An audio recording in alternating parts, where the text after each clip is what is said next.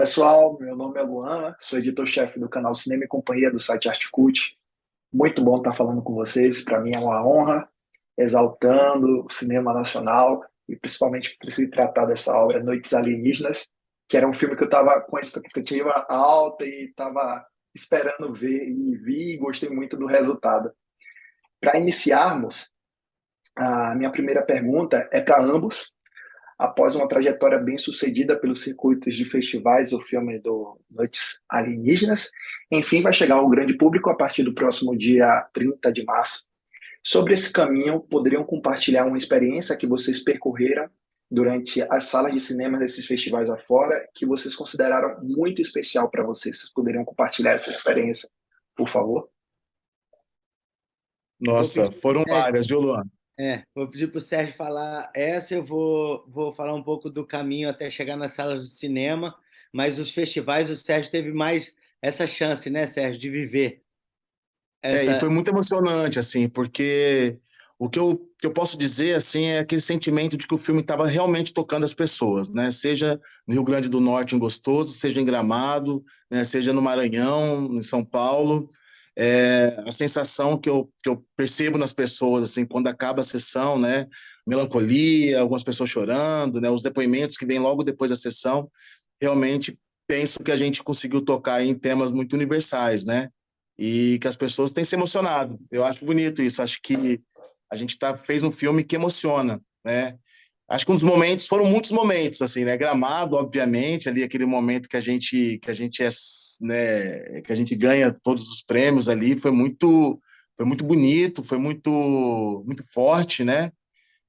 Mas teve uma sessão assim especial que foi muito incrível, que foi a de São Miguel do Gostoso, no Rio Grande do Norte, que é uma sessão ao ar livre e tinha quase 600 pessoas, assim, é uma projeção de excelente qualidade do festival, o Festival de São Miguel do Gostoso, de excelente qualidade e muita gente, né? E era o público da cidade, né? Eram pessoas ali de São Miguel, ali que vivem ali, não era muito um festival para um público só cinéfilo. Então, e quando acabou aquela sessão, também todo o cenário ali contribuiu, né? Que a sessão acontece na praia.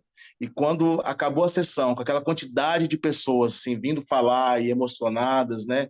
Realmente eu falei, cara, o filme tá mexendo com as pessoas, assim, ver aquele povo ali do Rio Grande do Norte muito emocionado, né? Numa projeção que talvez foi uma das mais bonitas ali, né? Com toda aquela paisagem, qualidade de imagem, uma das noites que mais me tocou entre as várias exibições, mas foram muitas, viu? Começo a falar de uma, já É, lembro de outra.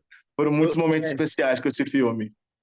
eu lembro muito da sessão de Gramado. Eu não estava na noite da premiação, mas eu estava na sessão, né? Que foi quando a nave de fato decolou. E eu lembro muito bem das conversas com o Sérgio, com a Carla, sobre a nossa expectativa com relação ao filme. É muito bacana a gente ver que a gente fez um filme de cinema mesmo, cinema brasileiro, sem muitas pretensões. A expectativa era contar a história, né, que se transformou a partir do livro, que era uma obra que já tinha ficado um pouco para trás em relação ao desenvolvimento social de Rio Branco e do Acre. Então, o Sérgio teve que fazer um ajuste, né, temporal mesmo das questões que impactavam a cidade, e aí formou uma nova equipe de roteiristas. Mas quando a gente terminou a sessão de Gramado, né, voltando aqui para os festivais, a minha sensação foi incrível porque eu percebia que as pessoas elas começavam a orbitar em volta da gente. As pessoas queriam saber o que a gente estava falando, de onde esse pessoal tinha vindo, sabe? A galera do Acre lá, o Gabriel, né, um ator novo, né, primeiro filme dele, foi um sucesso tremendo e as pessoas queriam estar perto da gente. Já na outra sessão que eu participei foi do Fidoc aqui no Rio, né, Sérgio? Que a gente teve Linda também. uma estação NET Botafogo, com todos os lugares ocupados e mais cadeiras na lateral, típico de um festival com sucesso, sabe? Quando lota a sala, ainda tem que botar umas cadeiras ali no corredor e tal. Foi muito bacana. E o impacto é realmente gigantesco nas pessoas. Acho que o cinema tem essa função de levar as pessoas para onde elas não iriam, sabe? e aí o Acre chega com essa potência e essa mistura de valores que faz a gente debater a complexidade da sociedade brasileira. É muito forte perceber isso nas pessoas de lugares diferentes do Brasil. Maravilha. Minha próxima pergunta é para o Sérgio. O roteiro é assinado em conjunto com Carvalho, Camilo Cavalcante, Rodolfo Minari e parte do seu livro homônimo, Outros Morangos, que foi escrito por você. Sérgio, qual Na verdade, seria o maior desafio da adaptação da linguagem literária para uma linguagem cinematográfica? Olha, desde o começo eu tinha muita consciência que eram linguagens diferentes, né? Apesar de que o livro, quando o prefacista, o Marcos Vinícius Neves, historiador, ele fez o prefácio do livro, ele falava que era um livro-filme, porque ele não lia, ele via, né? Acho que talvez aí pela formação cinéfila mesmo e de cinema, né, que eu tenho, isso de alguma maneira imprimiu ali na literatura. E depois tinha que fazer o caminho inverso, né, da literatura para o cinema. Então foi quando eu convido o Camilo Cavalcante, que para mim é um dos grandes diretores brasileiros. Eu sou muito fã do Camilo. Trabalhei com uma pessoa que eu admiro muito, assim, de uma generosidade e que realmente mergulhou nesse Rio Branco com a gente, né? Teve um momento de pesquisa, veio ele, veio o Pedro, a gente vendo locação e escrevendo tudo ao mesmo tempo. E também o Rodolfo Minari, que é um conterrâneo meu do interior de São Paulo, que está, como eu, há 20 anos aqui no Acre. Então foi uma imersão mesmo, né, de trocas. Acho que a presença, principalmente do Camilo, com a experiência que ele tem, com a bagagem que ele tem, com a sensibilidade que ele tem. Acho que Camilo fez uma das cenas mais bonitas do cinema brasileiro no História da Eternidade, né? Quando toca fala. Então, foi muito bonito, assim. Foi um processo muito rico, né? Porque, além do roteiro, era um processo de pesquisa. A gente foi junto em igrejas, a gente via vídeos, a gente conversava com pessoas, a gente ia ver locação, né? Então, foi muito rico, assim.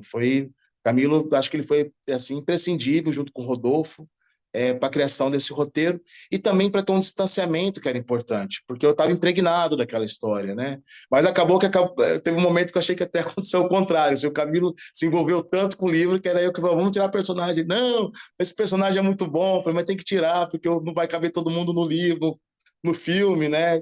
Foi um envolvimento muito bonito, assim, que eu acho que resultou num roteiro que também se transformou durante o set, né? Ele não era um roteiro ali daquele roteiro totalmente fixo, tem que falar exatamente aquilo, né? A gente contou também com muito improviso dos atores ali dentro, né, de que era a intenção dramática, mas foi um roteiro que até a montagem ele foi se transformando. Perfeito. E eu Pedro, posso, você posso comentar, deixa eu só Ah, sim, comentar claro, sobre isso, claro. Fica à porque vontade.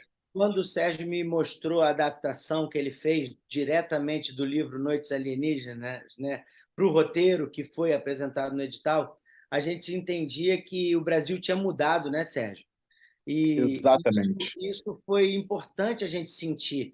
E aí, claro, chamou o Camilo, chamou o Rodolfo, mas eu percebia que a gente tinha, em função dos acontecimentos, das visitas de locação, dos encontros que o Sérgio foi promovendo com esse novo elenco, esse elenco, às vezes, muitas vezes inédito, né?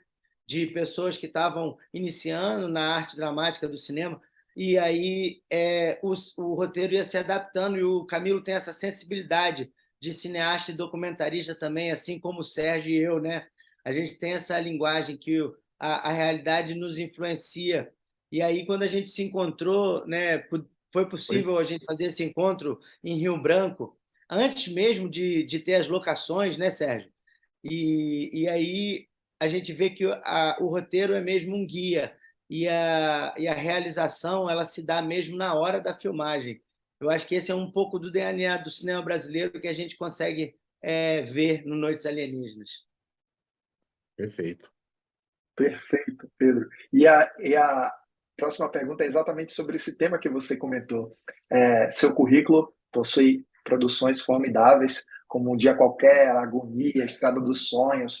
Eu admiro muito o seu trabalho e, tratando-se do filme Noites Alienígenas, a sua fotografia tem sua própria marca registrada durante todo o longa, que eu considero como se fosse o Brasil real. Isso é um fato ou não?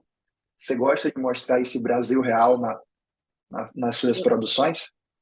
Totalmente. O Sérgio é um cara que me convida somente para imergir, né, submergir no Brasil real para tentar emergir de uma ideia nova, né, não, Sérgio? A gente mergulha fundo no Brasil. O Sérgio já me levou para algumas aldeias do Acre, a gente fez alguns trabalhos também sobre a religião, do ponto de vista das crianças. São trabalhos muito profundos, e esses dois que eu digo, o Nokunchai e o Olhar que Vem de Dentro, são trabalhos documentais. E muita coisa do que a gente vive no documentário a gente traz para a ficção, porque a gente acredita que a ficção é uma forma de fazer com que as pessoas cheguem perto de um universo com uma complexidade que você não consegue, fazendo um recorte documental, trazer, porque é muito difícil você fazer tantos cruzamentos de informação, como no Noites Alienígenas, que tem o universo indígena, o universo urbano, o universo das facções, né, que se mistura com o indígena, se mistura com o urbano, a floresta e a cidade. Então, a gente tem essa busca pela realidade, mas a fotografia, né, Sérgio, a gente teve um trabalho assim de buscar uma naturalidade e principalmente uma liberdade de filmar. Sabe quando você começa a engessar muita filmagem, bota muito refletor, aí tem tripé, aí tem uma bandeira, aí tem uma coisa que você não consegue mais filmar, porque você tem que fazer só naquele espaço?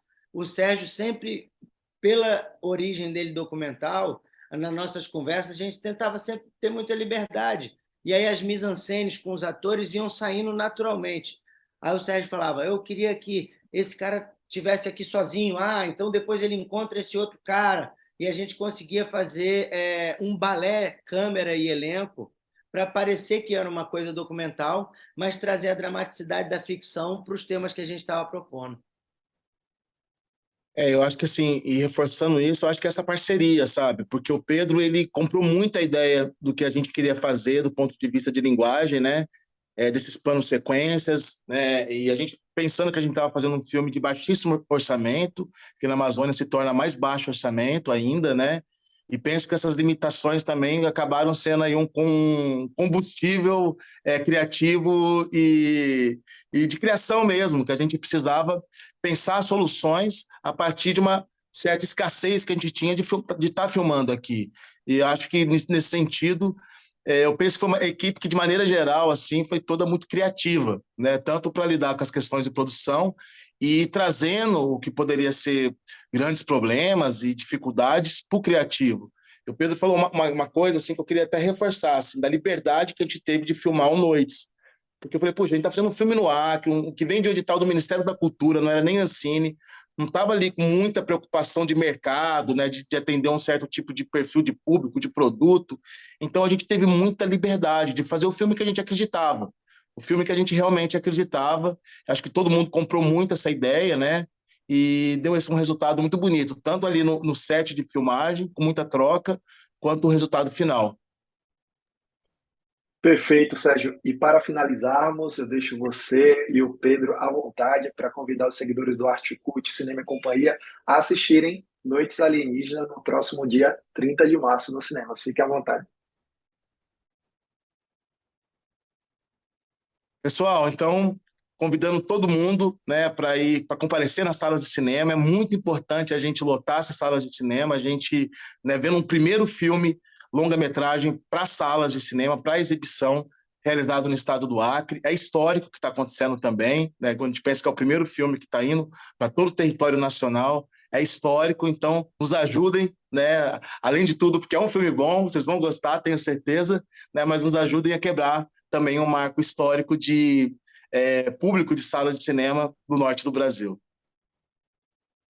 Galera do Arte Cult, é um recado para vocês aqui. A gente está fazendo um cinema brasileiro independente, com questões brasileiras para que possam ser debatidas. Eu acredito muito que o público brasileiro vai comprar essa ideia, porque é um filme nacional, mas de um Brasil que é um tanto quanto desconhecido do grande público. E o cinema tem essa função. Vamos aproveitar para ver na sala de cinema, na tela grande, Noites Alienígenas, agora quinta-feira, a partir de quinta-feira, nos cinemas. Gratidão, pessoal. Muito obrigado pela oportunidade. Foi maravilhoso o nosso bate-papo. Maravilha.